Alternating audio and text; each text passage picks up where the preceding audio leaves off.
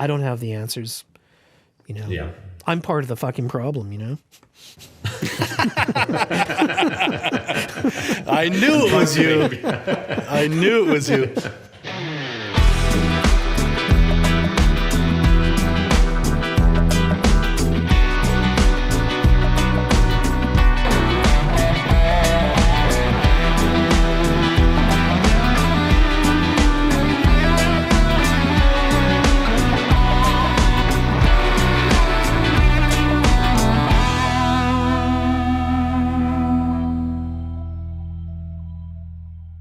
Welcome to episode 3 of Holy Fuck, It's a Music Podcast. Our guest today is Ross Nykiforuk, and I hope I've pronounced that correctly, whose long career has seen him tour with Carson Cole and the Northern Pikes, set up a recording studio in Saskatoon and produce a wide variety of artists over the past 2 decades, as well as continuing to perform and be actively involved in many aspects of the provincial music scene. So given his prolific background, we had to have him on the show. Hi Ross. Hey, how's it going? It's going very well. Hey, Roscoe. Hi, Randy. And for our listeners, Ross and Randy are very, very old friends and have played together in numerous formats and worked together in lots of different ways. So I'm sure there'll be some backstory there. So just to kind of set the scene, where did you grow up, Ross? I grew up in North Battleford, which is in Saskatchewan. So a Sask boy, born and bred. Yeah. So who were your earlier influences musically? What kind of household did you grow up in? Was it a big music household or? Yeah, it was I guess so. You know, my mom forced me to take music lessons, and you know, smacked me around if I didn't practice piano. And she always, you know, kind of had music on. I mean, she used to listen to, you know, the Mills Brothers and Louis Armstrong and Herb Alpert, you know. So I kind of got, you know, that's when my first taste of music, and then you know, some of my relatives, like, you know, my friends and cousins, you know, would got me interested in, like, you know, the Beatles and the Beach Boys, and then eventually I started listening to Elvis Costello and, you know, the whole new wave punk thing and all that, and and then at the same time, I still kind of had, you know, like I would listen to things like Chicago once in a while or Supertramp. Yeah.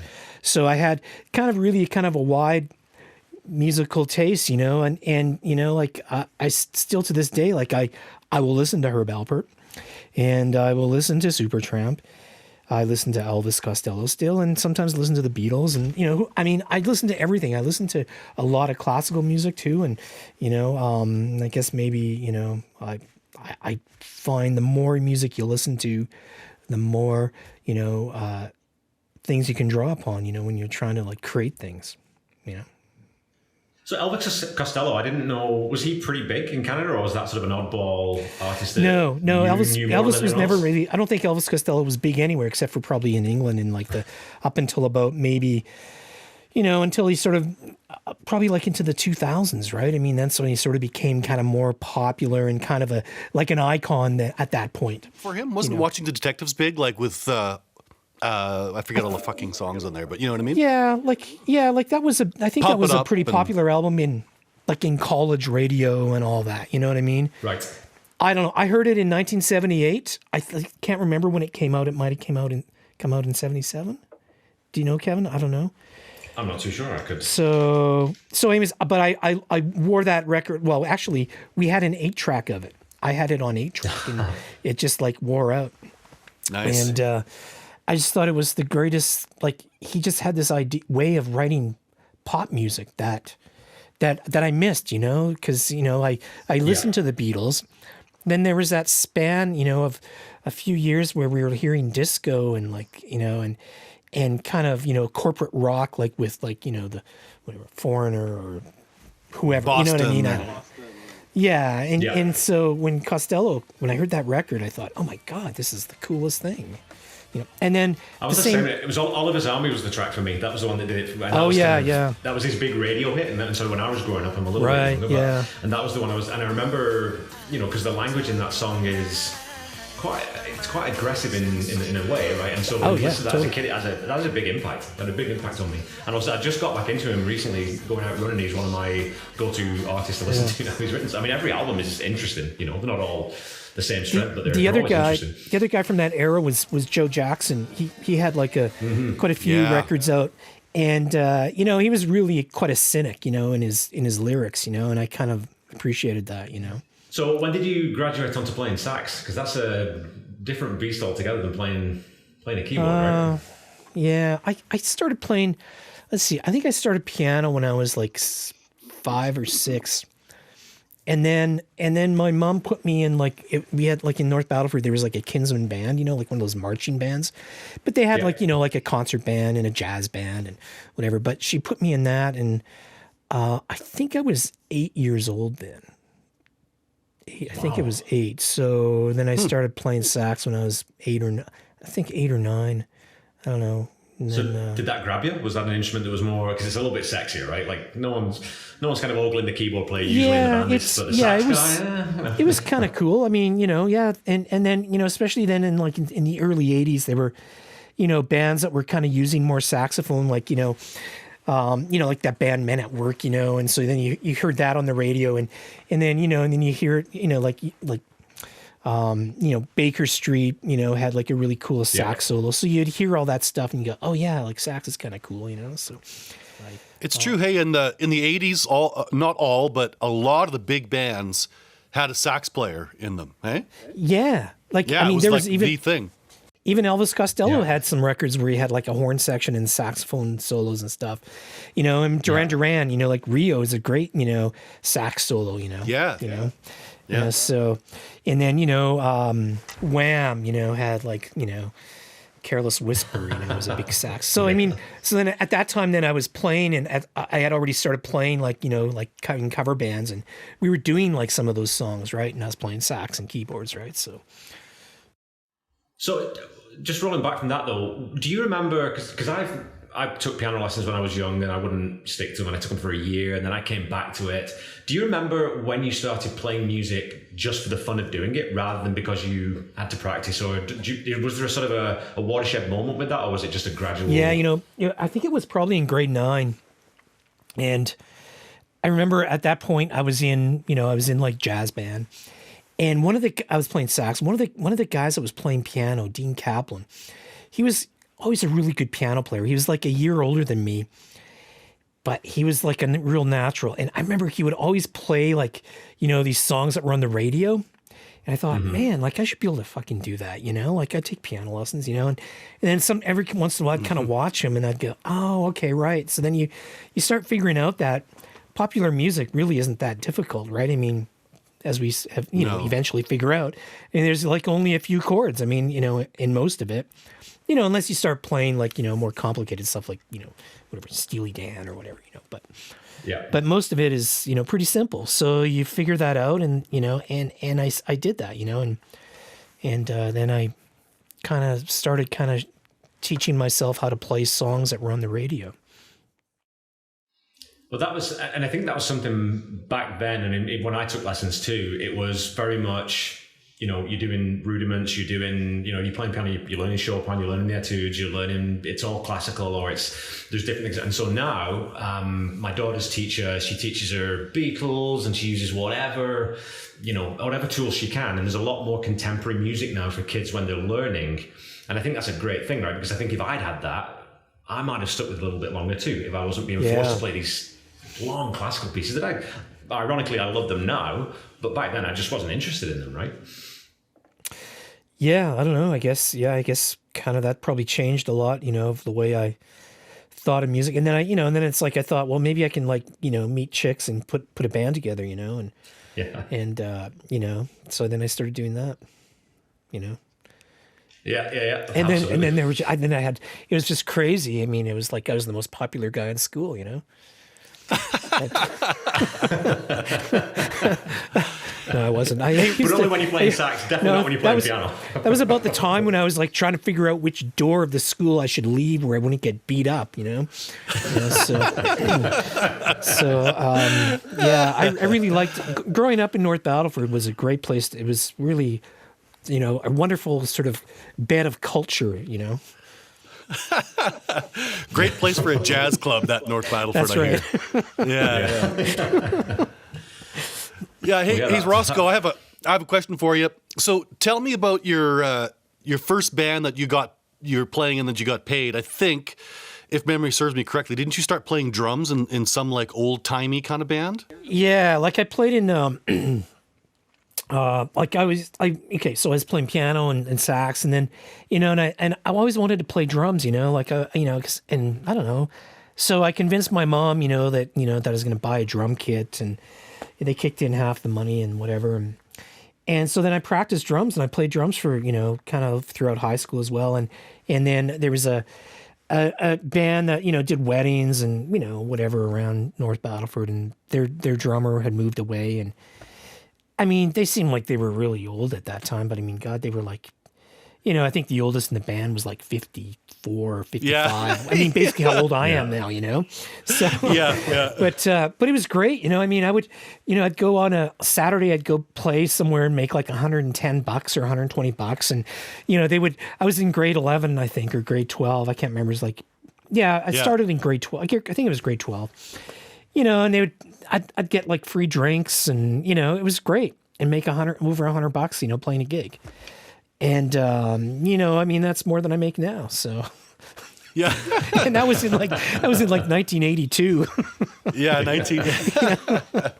Although gas is I think gas is the same price as it was in 1982 now, I think. Not quite, but almost. Yeah.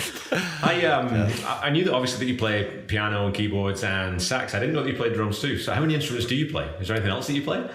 No, not really. Nothing that I could play. I mean, like I play accordion, but I mean, whatever. That's, it's like a keyboard or whatever. But yeah, I don't think I could ever, say I could play something and charge for it. No, I wouldn't be able to do that. Ross, when did you move into Saskatoon and start playing around Saskatoon? What year approximately do you think? In 83. I moved here and I went to university, and I was in music education as a saxophone major. And I was kind of like meeting people around, that wanted to put bands together. But coincidentally, the guys that I knew from North Battleford who had a band that were like a year or two older than me, they the keyboard player Dean that I was talking about, Dean Kaplan, he quit the band. He's he's kind of as cynical as I am. So anyways, he quit the band, and so then they asked me to join, and so then I joined, and so it's kind of interesting. So that was with like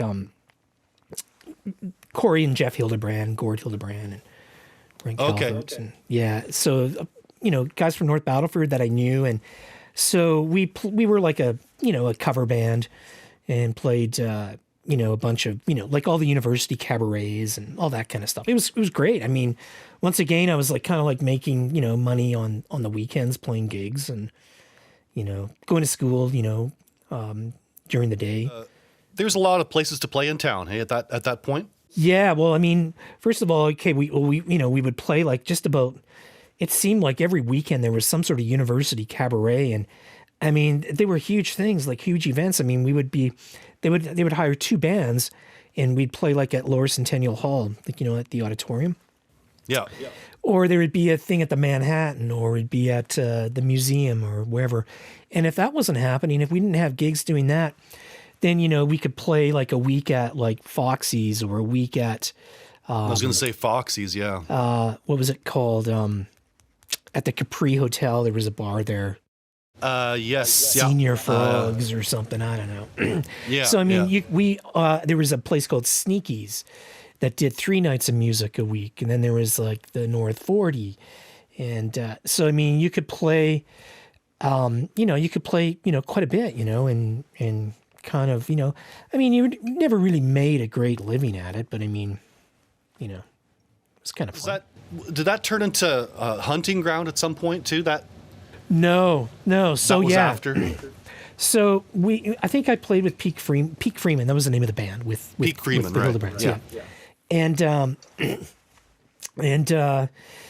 I think Corey finished university, and we were kind of like whatever, and so we kind of quit, and then I joined up with this guy that I had met through some other friends, Doug Fedek, who was like a songwriter, and he just always had like tons of songs, right? So him and I put a band together, and in an attempt to like kind of get a record deal and start recording, and we did a bunch of demos, and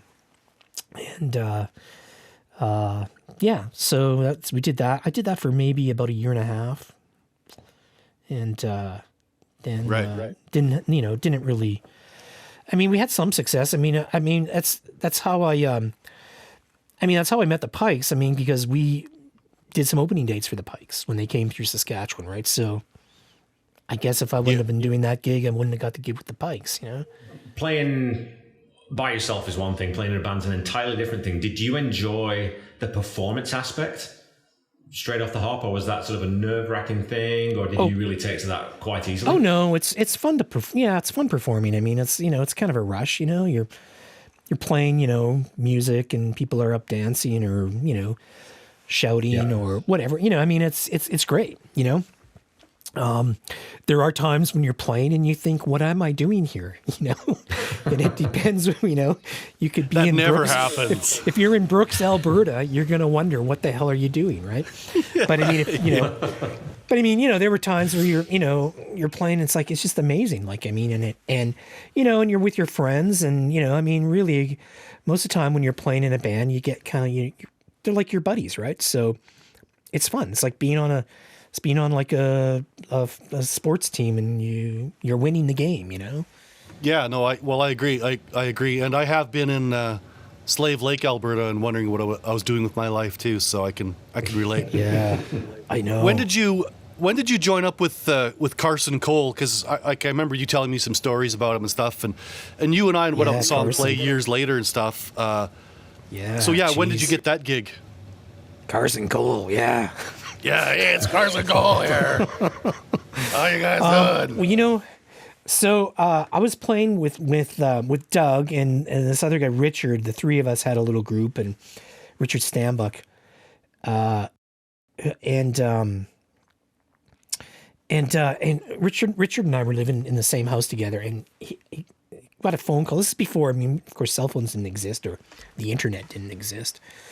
And so he got a phone call, and I answered the phone, and it's like, is Richard there? No. And it's Carson Cole. And he's like, yeah, I'm looking for a guitar player, And I was, okay, well. And then I said to him, I said, well, do you need a keyboard player, sax player?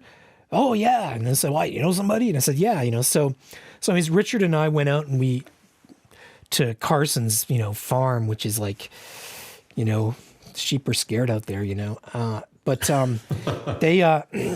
So we joined up with him, and I played with Carson for about a year and a half. He went through firing musicians. Poor Richard was fired. He fired like tons of people. And in the end, I met some really good musicians. He had like a great band. And I mean, I'm really giving you a Reader's Digest version here of the story, but I mean, we played kind of all sorts of places. But in the end, he had a couple guys, Corey and Kevin Churko, they were brothers, and Shane Hendrickson, who they used to play in like a country band, and they were just amazing musicians. And we ended up basically just quitting because we couldn't. I mean, I don't want to say anything bad about Carson, because whatever. I mean, one thing Carson did is he in a way showed me, like, he kind of introduced me to playing rock and roll, because up until that time I was playing, new wave and, this sort of, kind of stuff, really poppy stuff. And so when I played with Carson, it's like all of a sudden it's like, I got to play rock and roll now, So that was kind of cool, right? Because I never would have, I never would have had like an organ and, a Leslie cabinet and, and all that if it wouldn't have been for Carson, in this whole rock and roll thing, Yeah. So, I think that's kind of cool, and it's one of those things, like, it doesn't matter who you play with. There's something you can learn from whoever it is that you're playing with, even if there's like, personality clashes or whatever, I mean, but, Carson taught me how to play rock and roll. He wasn't really he wasn't like into like AC/DC and all that kind of stuff. He was like kind of more of like a, like a Mellencamp or something like that, or the Boss or whatever, you know what I mean? But those were guys that were using that had rock and roll keyboard players, Whereas Simple Minds didn't have a rock and roll keyboard player, Yeah.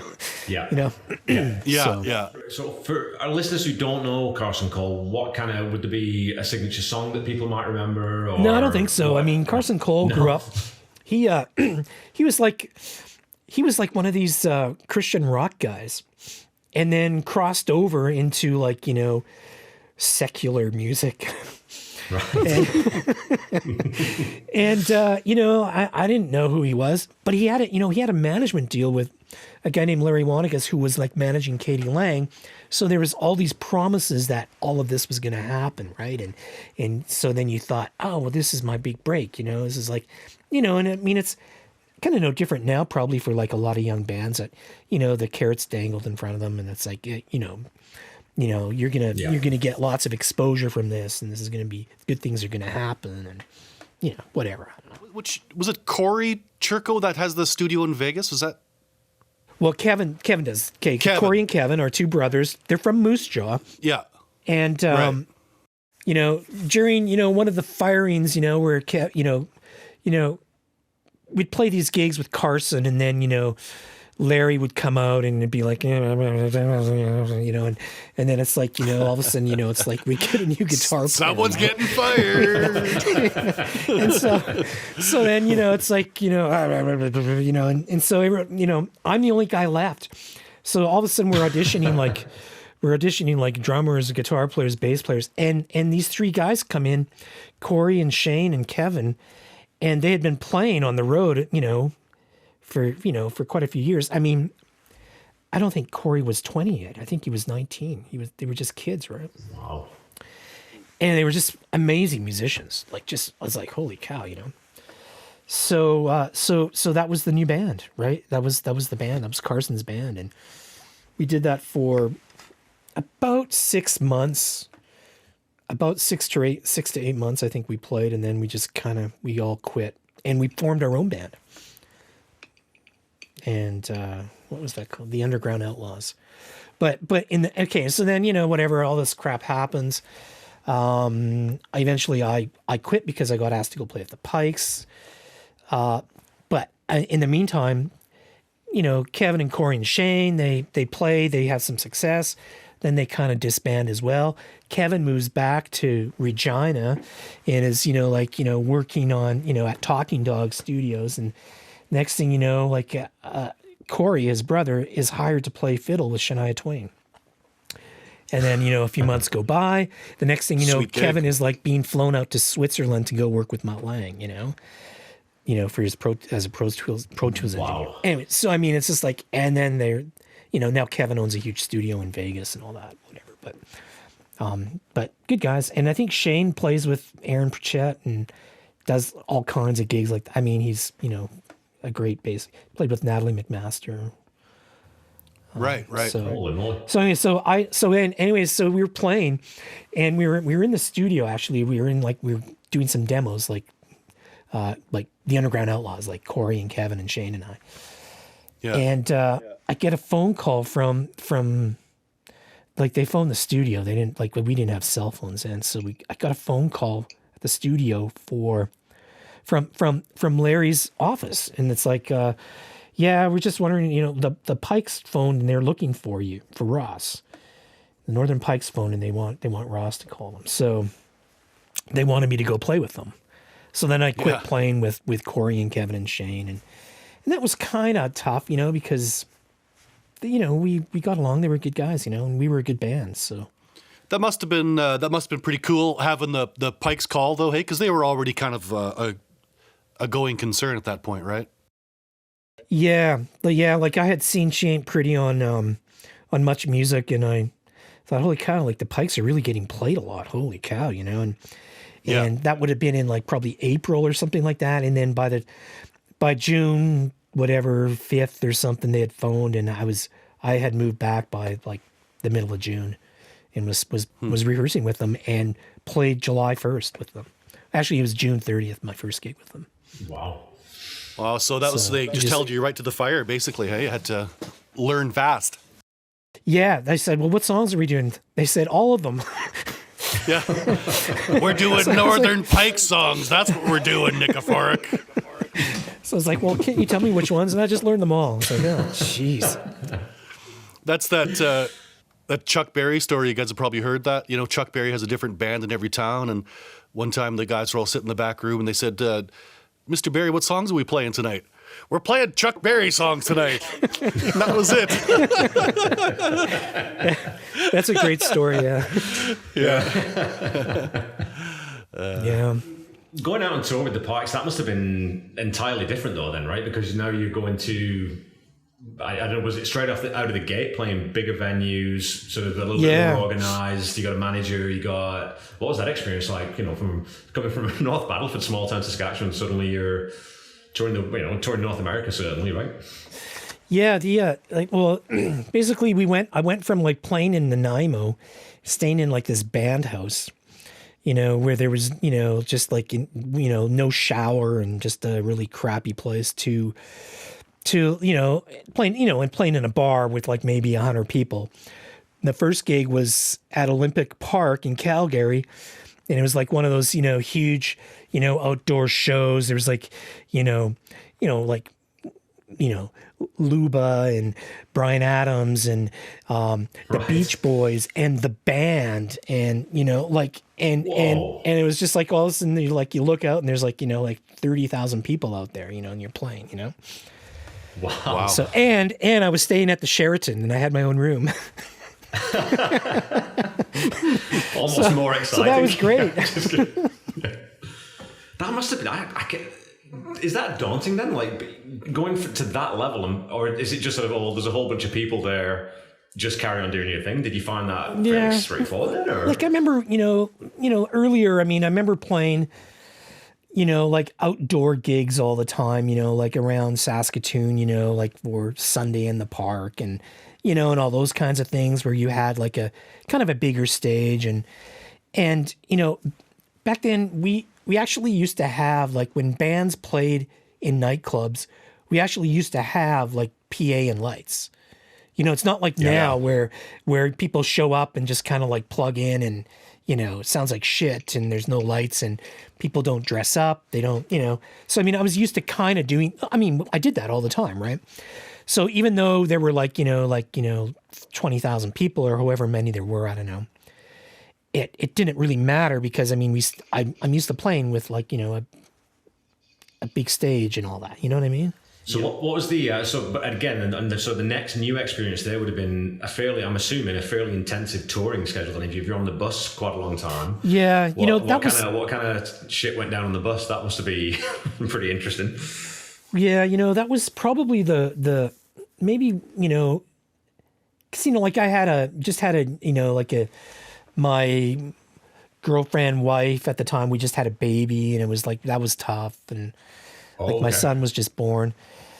So yeah, I was away like for the longest I think was about 3 months, like where you're just not home. So that is, can be kind of, I mean, it changes you, right? It's like, oh my God, it does. And it's being on the road. I mean, you've got, in some ways you've got no responsibilities, I mean, this a typical day might be where you wake up on the bus, and you've got your bunks and everything, and the bus is comfortable and all that, and there's fridges and TVs and Nintendo and you wake up and you're at the gig where you're playing that day, but it's about like 11 o'clock in the morning. So you get off the bus and the crew's like loading all the shit in and whatever. And you kind of look and it's like, okay, this is a cool place, and then you see if there's anything in catering, you get a coffee, and then you go to the hotel where there's a day room for the band and you hang out in the day room for like, whatever. And then you got sound check, then you eat, then you play a gig, then you go shower back at the hotel, then you get on the bus and then you do the same thing the next day. So it's kind of like being in the circus, except, there's no clowns except for the keyboard player. Yeah. I found that interesting what you said though about, so I spent a bunch of time in the army before I moved to Canada, and you see that a lot too. When you go away on operations for 3 to 6 months at a time, when you get back, it's difficult to pick that up again just from, you've lived a whole bunch and the people you go back to, they haven't been through that with you. So was that difficult for you? And did you see that as difficult for your band members too? Because I imagine that puts a strain on relationships, right? I mean, maybe not so much with your kids, especially the young, but with partners and things, that can definitely cause cause issues. I mean, they're feeling like you've been, kind of on like a vacation or something, you know what I mean? Yeah. Even though you're not, I mean, you're still playing. I mean, and you deserve to have that, that time, during the day where you're maybe not working as hard. Because I mean, you have to perform, and it's even though like it's not stressful, it is. You have to be ready to go. Your body clock. It's like being an athlete, right? You have to be at your optimum level at 8:15 every night. So being on those tours, and I mean, I know sort of the second part of that is you recorded several albums with the Pikes. So did you get to sort of geek out at any of the big studios in sort of LA or any of those kinds of places? Yeah, the one cool thing about playing with the Pikes was they did a lot of work on demos. So like, let's say I started in June with them, and by December, so 6 months later, we were demoing songs, and we wouldn't spend 2 days in the studio. We would spend like 2 weeks in the studio, like straight, So I got to spend a lot of time in the studio doing that, and we did that like I think 3 times, where we'd spend a few weeks in the studio and demo songs. Yeah. And then we eventually went to LA and did the recordings at A&M, like in LA, which was pretty cool. That was like a pretty amazing place, Yeah. So and so what was the creative process like with the Pikes then? When did they bring you in? Like, were you allowed to sort of say, maybe we could, how much input did you have into sort of the creative process with the songs? Yeah, I wasn't writing anything, but they seemed to want me, it's like they wanted me to play keyboards on their stuff, right? So it was like, okay, great. And so then sometimes I would make like arrangement ideas or, you just kind of, you kind of have to know when to do that with people, depending on who it is you're working with, right? So I was pretty kind of, I was pretty young at that time. And so I made sure that I didn't, try and step on anybody or anything. You know what I mean? You sort of, I was just really paranoid, I was such a kid, so, Yeah, for sure. I mean, that's like 30 years ago now. It's longer than that, really. Yeah. Yeah. I guess, Yeah, because fucking hell, when did they break? Well, because that was... well, I mean, the Pikes, they've kind of broke up a few times, I guess. In June of 93, we quit playing as that kind of touring, with Virgin Records and all that. And then they started up, they did a kind of a reunion tour because they had a greatest hits record coming out in 99. So I played with them for part of 99 and part of 2000. And then in 2003, they approached me to record a record with them, like at my studio. So I recorded a record with them at my studio. And then I went to Japan with them for a week in 2003, I think it was. And then and then Merle kind of quit the band for a while, or I don't know if they asked him to quit. I don't know. There's really weird. I mean, I really enjoyed the Pikes and I love the guys, but there's lots of weird kind of politics sometimes, and you just kind of like, now when I look back on it, I think it bothered me a lot, but now it doesn't really bother me as much. But back then, it really bothered me. But regardless, anyways, so I played with them for about another, I think about 6 years, kind of, playing, like one-nighters, like for during, summer festival stuff and whatever, Okay, so then you mentioned, our listeners hopefully will know the Cosmic Pad Studios. When did you start that? And was that around the time you started writing music for TV and film? Did that kind of coincide, or was that... Yeah, like I, like in 93 when the Pikes broke up, it's kind of, Jay kind of got me into a lot of this stuff, and I have to thank him for that. But he worked on Due South, and so then he got me to play on the theme and whatever, and I did that with him and Don and Brian, and then Jay's father-in-law had worked at Global, and they were producing these movies in Saskatchewan, and they were going to do 6 movies, and they called it the Prairie Six Pack. It was this, they were injecting cash into the film industry.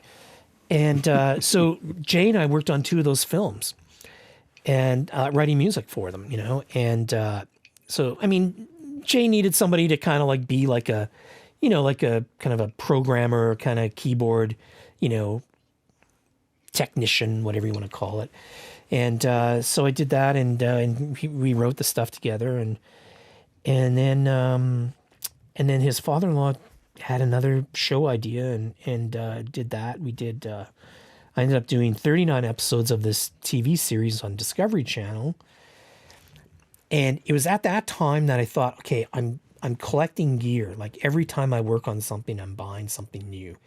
So, even like, something just as simple as like a microphone, which happens to be like right here, this microphone right here that I bought in like, I don't know, probably 95, 96, and this is this, so anyways, so Stan, that was his father-in-law, kind of got me kind of, into doing this kind of stuff. And then I thought, okay, it seems like I'm getting more and more of this work. So then I thought, well, I'm going to open up a place, and I found a place. I found a guy that, had, a video company that, had space in his place. And he said, yeah, move in, So 39 episodes. I mean, where do you continue to find inspiration for? What are the ideas? Does that become work then, or is that a lot of fun? And is it challenging to work with? Because producers want music now and they want it to fit, and they're going to come back with edits, and they're probably come back with great ideas that they don't know how to implement. And I don't know. It's just you just come up with licks and riffs and just kind of expand on them. And those shows, there was probably like 15 minutes of music in each of those shows. So it was like a ton of music. But I don't know. You just kind of figure it out. I mean, I don't know where you come up, I just put my hands down on the keyboard, and then I just go like this, and then it's like, oh, that's kind of neat, and then I'll do something else, and oh yeah, that's kind of neat, or I'll find a sound, it's like, oh, this sounds pretty cool, or I might just go, I hate all my fucking sounds, and it's like, I go on, this is what I do now, I go to, whatever, nativeinstruments.com, whatever it's called. What's that place called, Randy? Contact or whatever, Yeah. That's one, yeah. And it's like, what do they got that's cool right now? Oh, they've got a special on, Ghost Instruments or whatever, It is something of a ridiculous question, though. Sometimes I always find myself asking it when I'm talking to musicians, but like, oh, where do you get your ideas? Well, no one knows that how the hell you don't know where they come from. They just happen, right? I mean, they just. When you try to force it, if you try to sit there, like I'm going to sit there and write something today. Oh man, that's hard. Like it's. I think it comes from everything that you've listened to since you were like whatever, like an infant. I think it ultimately it does. So I mean, like right now, like most of the stuff I play. For example, I love listening to instrumental music, and I don't really like listening to vocals that much. But why is that? Is it because that's what I listened to when I was a kid? My mom listened to that, I don't know. Or maybe I just hate singers, I don't know. So sorry, Randy. Well, show offs.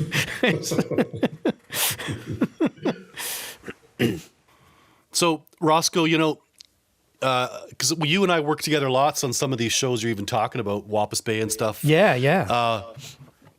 We were talking the other night about what was the parody cue that we had done? Oh yeah. So it's interesting because like, I was still in my house and I met Randy and we were like, I mean, I'll never like, that's one of the funnest bands I played with was 100 Acre Woods with Randy and Jay Carlson and Don Jacobucci.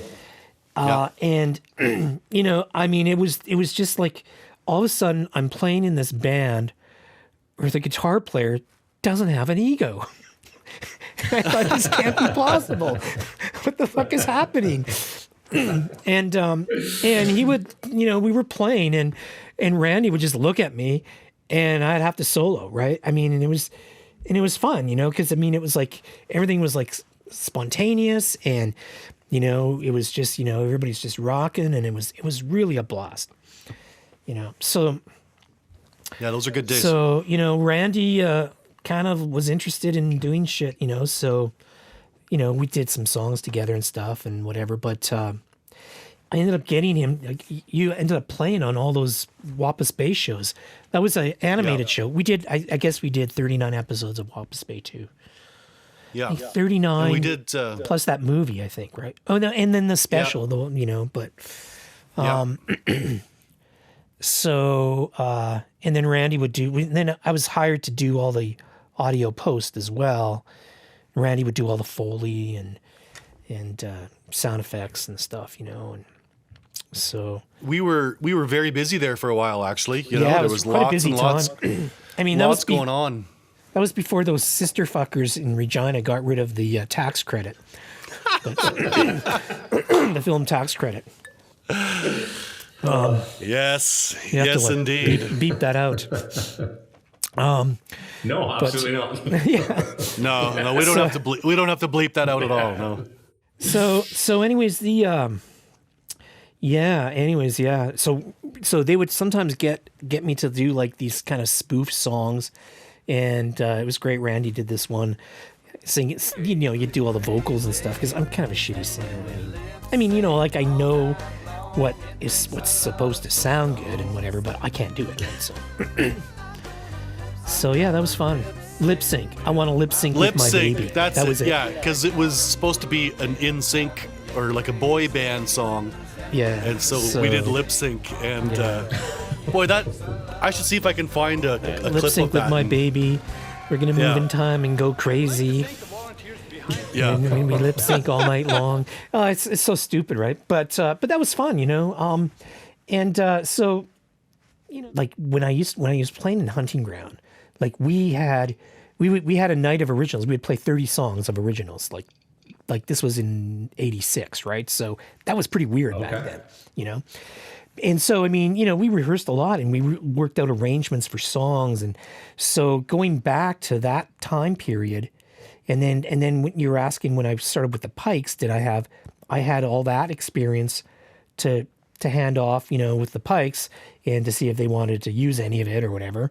So then so I think, doing, TV music or whatever, it's, after you've been kind of writing songs and arranging things for so long, it's just a progression that you get there, I'm not sure how many albums you produced out of Cosmic Pad or just in your whole life, but do you have one that stands out that you're the most proud of, or your favorites, or? I really like that one that I did with Angie, Magdalene. I think that album sounds really good. Like I think the songs are great. I like the arrangements. There's some really cool things in it, It kind of rocks, but there's like weird things in it. Like I thought that was a really good record. So I think maybe that's one of my kind of favorites, I think, If I was to pick one out of those. Who is that, sorry? Angie Tislin.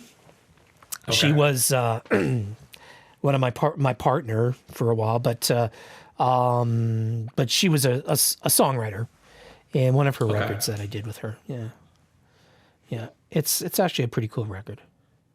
Yeah, it is. I don't know. I mean, those. I mean, I don't know. Like, I didn't mind Trying to Grow, the Sheepdogs record. Trying to Grow, I didn't mind that one. I liked It's a Good Life, but I don't think I can. Good, I think. Trying to think of other ones that are. There's a couple that I think, like a couple of Scott Thompson records that I think sound really good. I don't know. It's weird, because you think that everything you do will just get better and better, and it kind of does. Like, I think sound wise, but it doesn't necessarily mean that the writing's going to be the best or whatever. Well, at the end of the day, when you're producing, or just even if you're an engineer, you're at the mercy of whatever the song is that's in front of you, and so you could have it sound pristine, but a turd's a turd, right?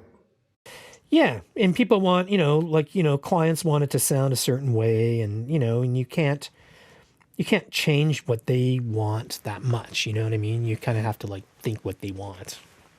Yeah. I guess maybe that's what a good producer does, right? They kind of take what the artist wants and shape it so the artist is still happy, but then make it so that the public likes it. So it's like you need to take their crappy version of their songs, make them still happy because they all love the sort of demo crappy version that they did. That's a whole thing. Hey, temp love or demo love. Kev, have you ever heard of that? No. Yeah. So it's where a band does the demo and they just love it so much they come into the studio and they want to recreate that, but it never sounds like that. Or an editor will be editing a show and they'll put in a piece of music like, whatever the fuck it is, Goodbye Yellow Brick Road by Elton John, and then they bring it to Ross or me and they want it to sound like that, but not that. Yeah. So you're always chasing this thing that is unattainable, and that's definitely happened more than once to me, and I know to you, Ross, too, because we've dealt with it together. Yeah. Yeah, no. That's a soft skill, right? I mean, that's where you get into, being able to play your instrument really well is one thing. Being able to make sure you press the right buttons, set up the mics in the right place, all that kind of stuff's a different thing. But just being able to manage people and manage expectations and be able to promote creativity while staying realistic within the bounds of what that person can achieve, that's an entirely different skill set. Yeah, that's interesting, Kevin, because I think I used to be better at that, but I think really I don't give a fuck anymore. I just sort of feel like telling them to go fuck themselves. Like, you don't like it. Look, I know it's good. You don't know it's good. I don't know. I'm kind of sick of it. So I've lost my soft skills. Right. I can't, it sucks, it's really hard to sort of go, oh yeah, okay. Yeah, I can try that.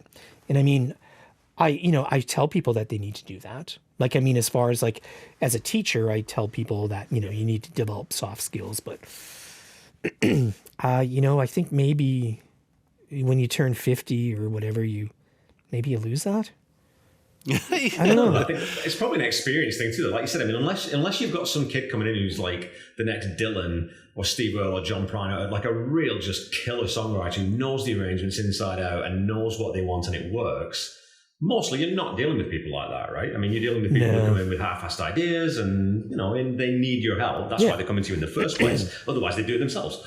Yeah. But even a 20-year-old John Prine or whatever guy you want to say can learn something from an older, more experienced musician. Of course, right? Yeah, of course. So yeah, and I mean, that's not to say that just because you're 55 and you've been playing music, that doesn't mean to say that you're like the greatest. No. I'm, I'm not, but I mean, I would not be here right now. I wouldn't be working on music still if I sucked. Yeah. Because by the time you're 55, you just wouldn't make any money.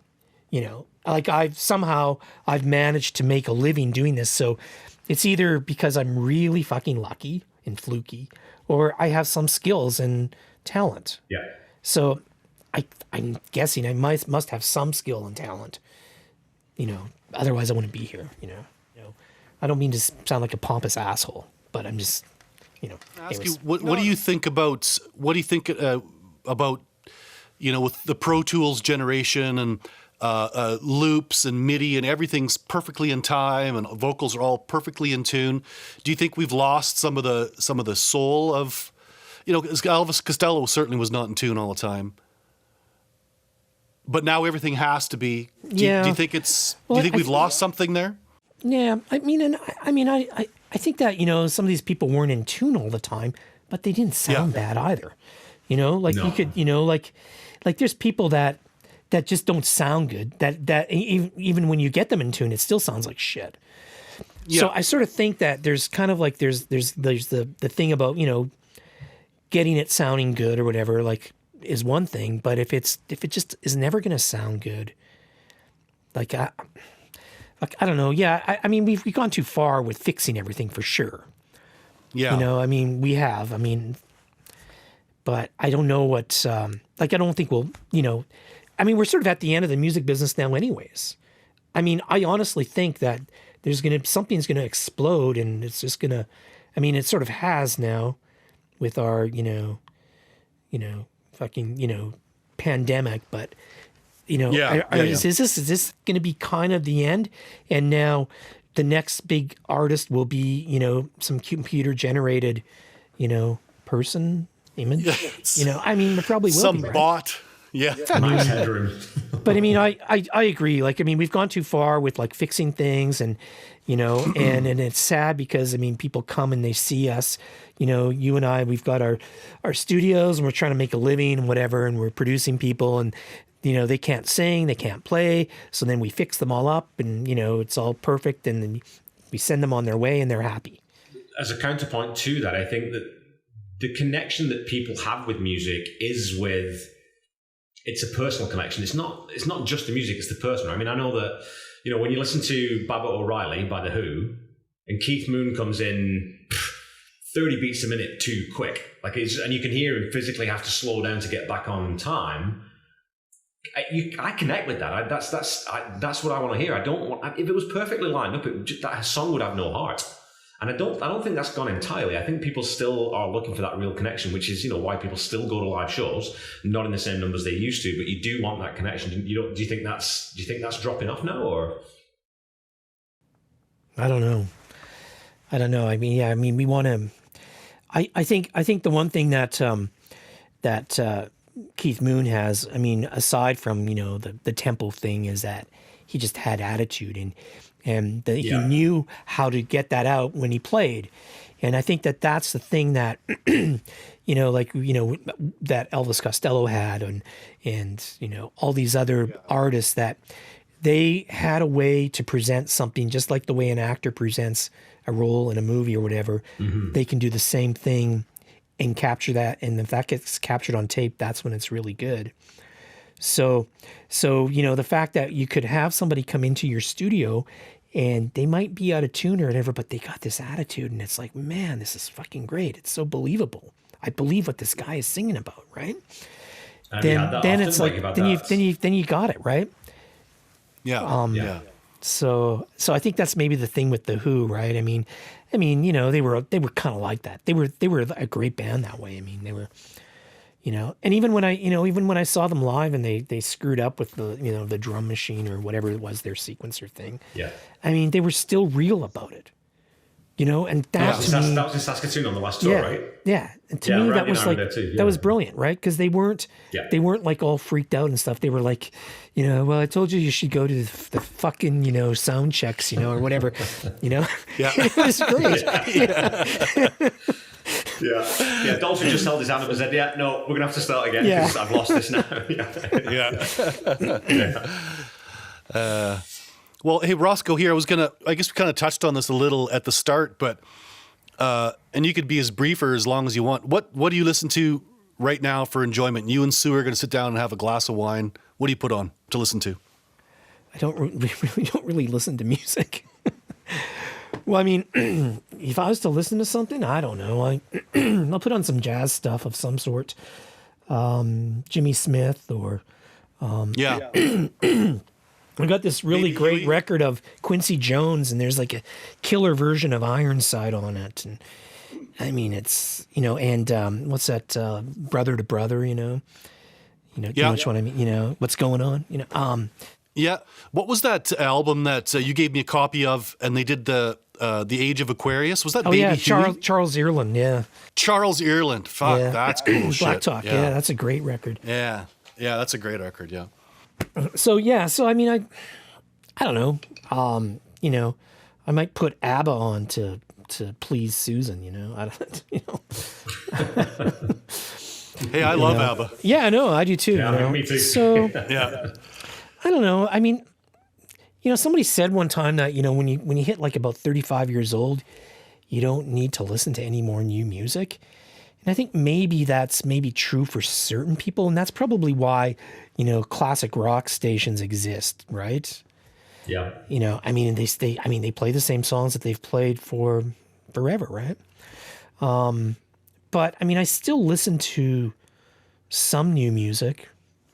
But I'm pretty picky about new music, like as far as like popular music, because I'm pretty picky about like harmonic structure and melodies. And if they don't have that, then I'm not really interested in listening to it. There has to be some sort of interesting harmonic structure. I think, I've asked lots of, I've talked to other musicians that play lots or work lots in music, and lots of them don't listen to music recreationally because they're listening to it all day. And then, like you're saying, as you get older, your ear gets more refined and you're more interested in hearing something that pleases your ear a little bit more. And so it's more challenging to find that as time goes on. Yeah, it's like a real sort of brain thing, I don't know. So with the whole situation we're dealing with right now, with, like, as you said, with the pandemic, and that's changed everyone's lives, working from home, has that been an adjustment for you? Like, what do you do right now? What are you doing? So well, I teach right now. Okay, yeah. I'm teaching online. Then I guess I've got a couple clients that I'm working on their records, so I'm just kind of working on it by myself. I'm gonna put down parts, and then I might get somebody to put like a guitar part down or a bass part or something. But I mean, that's kind of it. So what I was going to ask you about gear. What sort of what kind of keyboards do you favor? Have you got any new exciting instruments that you've been playing lately? Well, I've got an organ that I bought a year and a half ago. It's kind of like it's a B3 sort of knockoff that I'm pretty happy with. It's pretty cool. But other than that, no. I mean, I bought I just bought some new soft synths from Native Instruments, and I bought a new piano, which is kind of cool. It's a pretty good sounding piano. So I mean, piano, like a real... No, it's a soft synth piano. A digital. Oh, okay. Yeah, I mean, I do have a piano here as well, but it's like it's always a pain in the ass because I mean, you need to get it tuned like every couple of weeks, So, but no, I don't really favor any keyboards. I mean, I kind of used to, I guess. I remember like the Roland D50 was kind of a, one of my favorite keys. And then I had an M1, and it was all right, but I don't know, what are some of the other keyboards I had? A DW8000. Oh, my Juno 106, I got some good use out of that one. I like that keyboard. Didn't you have a Yamaha organ, Ross, that you'd play with? Oh, yeah. I had, with us? This is like a YC. Is it a YC? YC30. Yeah, YC30. It's like a old 70s organ. I have a YC20. Kind of like a Farfisa kind of thing, but it had one of those strips, you go wee wee, Yeah, they were cool. I've got a Wurlitzer electric piano here, so and what's that other keyboard I have? A Korg Karma. Being sort of involved in music in so many ways in the province for a very long time now, what are some of the sort of the biggest changes that you've seen in the Sask music scene? And do you think we do enough as a province? And you alluded to this earlier, so I think I know what your answer will be. Do we do enough as a province to support musicians and the arts in general? And what do you think we could do better if not? Well, we probably don't support the arts enough. I mean, but I mean, it's weird because we used to play a week in a bar, like Monday, Tuesday, Wednesday, Thursday, Friday, Saturday. Yeah. And now you're lucky if you get like one set in a bar in a week, because they'll have like 4 bands playing in one night, and you don't get paid. You have to, you play for the door, and I mean, people are going to have to start paying money because they've been getting music for free for years now. I mean, as far as I'm concerned, if you pay $10 a month to subscribe to one of those music ripoff places, whether it's Apple Music or whatever they're called, Spotify, all those. I mean, that's a crime. So people are getting music for free, basically. I mean, it's less than a fucking pack of cigarettes, and you get to listen to whatever you want, whenever you want. Yeah. I mean, imagine that. and your kids can too, right? Because you can get probably on 2 devices or whatever. I don't know. So people need to start paying for music. They need, and they, you know, like we need to, like, bars and clubs and whatever restaurants, they need to pay. And if they want that, then just charge it to the bill on their tab, you know. You know, like just say, oh, there's 3 of you, it's like $5 a piece, it's like $15 extra, and that goes to the band. Yeah. You know, or you know, something like that. I mean, we have to just, I mean, and people will want to hear live music again. They will. I mean, even though we've kind of shut down for now, they'll want to hear it again. The government needs to, like, start, you know, saying, okay, you guys, radio stations, you have to play Saskatchewan music, you know? No, I guess we don't want them to play everything, of course, because maybe everything shouldn't be played on the radio, right? But there has to be some sort of, you know, like why can't you get your music played on commercial radio in Saskatchewan? Yeah. In your hometown. Like, there's no reason why you should not. There's no reason why you should not be able to. Yeah, it's ridiculous. And it should just be a given that you can get it played. So that's a problem. Funding to record. I mean, do we need funding to record now? I mean, there is if you want, like, really good, you know, engineers working on it, like people like Randy and I and whoever in the province that's, you know, good at producing and engineering. They deserve to get paid for sure. Why should they not be able to get paid? Yeah. But having said that, how can the artists pay us when they can't even sell a CD? You know, like, people, I mean, they get no money from sales. Like, you get absolutely no money from sales. So why even create new music? You know, your point is valid because, you know, you used to play a bunch of gigs at a bunch of bars and everybody would collect their money together. Then you'd go to a studio and you'd pay. And then you come out and you'd have an album and you'd sell it and you'd recoup your costs and then on you go. Yeah. Now you've lost that first part of that chain where the musician can't even afford to pay a professional producer.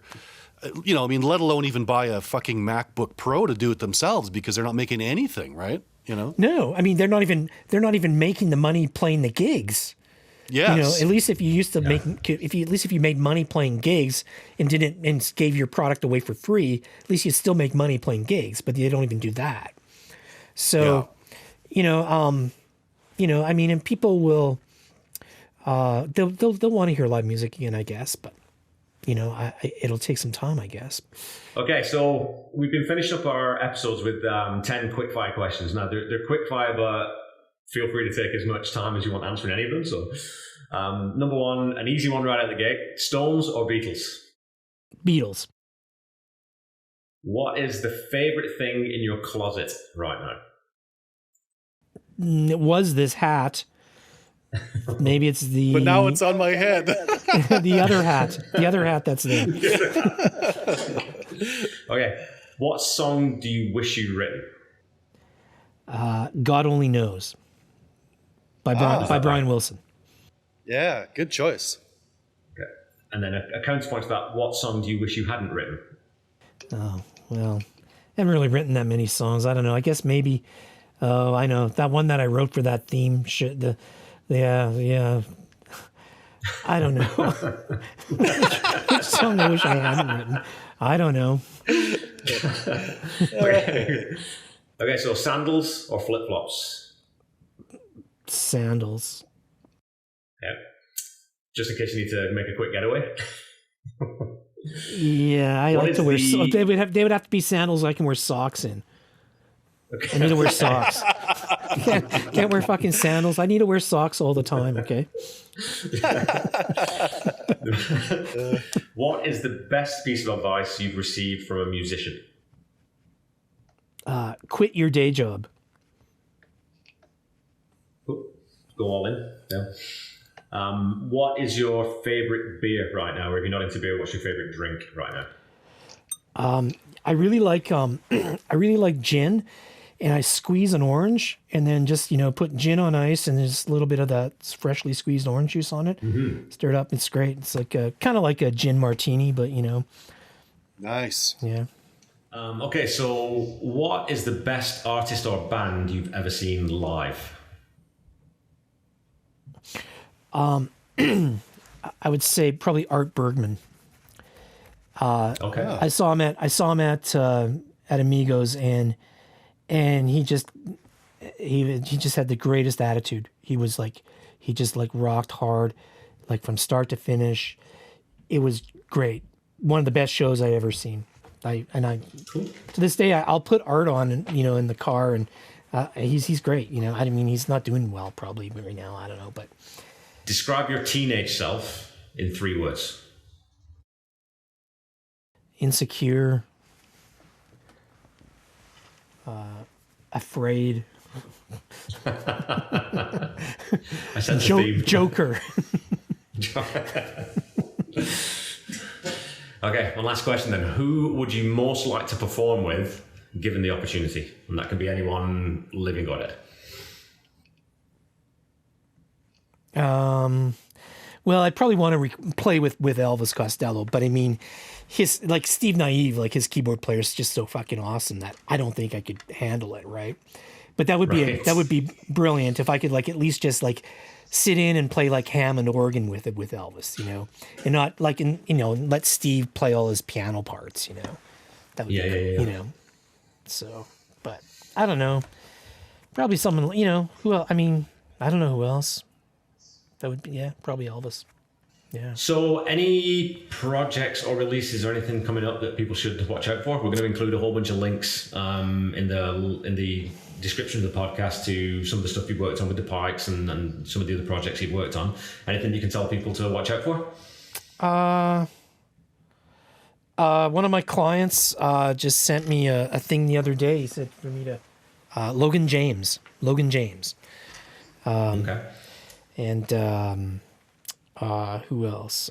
Well, that's kind of it. Scott Thompson's finishing his record. Scott Andrews. But and I'm working on a show called The Other Side where I do the music for that. And I'm thinking that maybe if I get some time, maybe in the summer, I'm going to try and record another record, like I did an organ record, like a Christmas record. So I think I might do My Alter Ego, Styles Montreaux.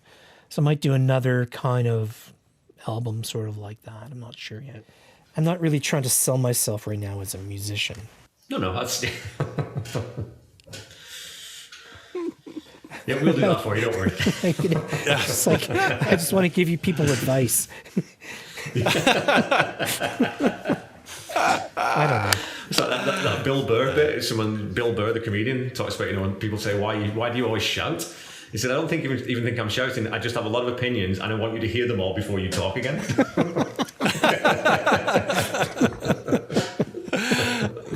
Right on. Hey, Ross, thanks a lot. Thanks a lot for doing this, Ross. Thanks a lot, man. Yeah. Okay, so you guys take care. Bye, everybody out there in internet world, wherever the hell you're listening to this. I don't know. Okay. Take care. We have no idea if anybody's gonna listen to it. So. Yeah, it's whatever. This is great. We're pretending that we're big shots.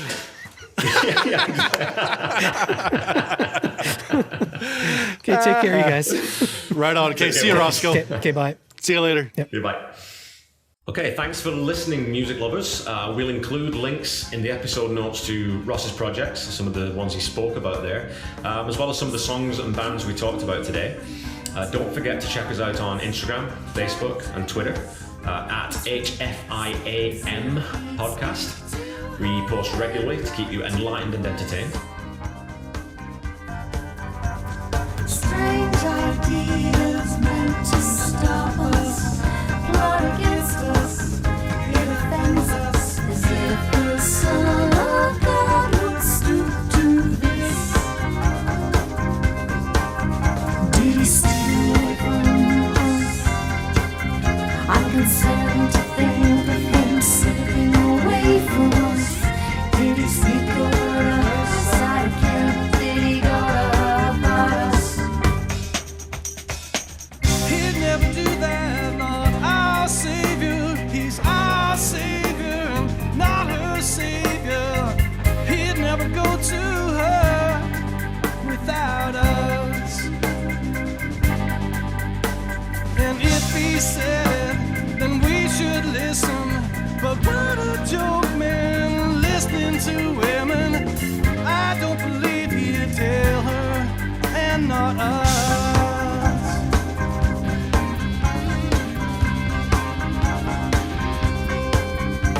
Strange ideas meant to trap us, to attack us. What a fracas, as if we talked to her and not to us. Strange ideas meant to fool us, ridicule us, overrule us. I don't believe he'd tell her any of this. Steal away from us. I'm concerned to think of him slipping away from us. Did he sneak over to her side? Can't he go to her without us? He'd never do that, not our savior. He's our savior, not her savior. He'd never go to her without us. I don't think that he really meant it. Let's assume that she'd invented. Imagine choosing her.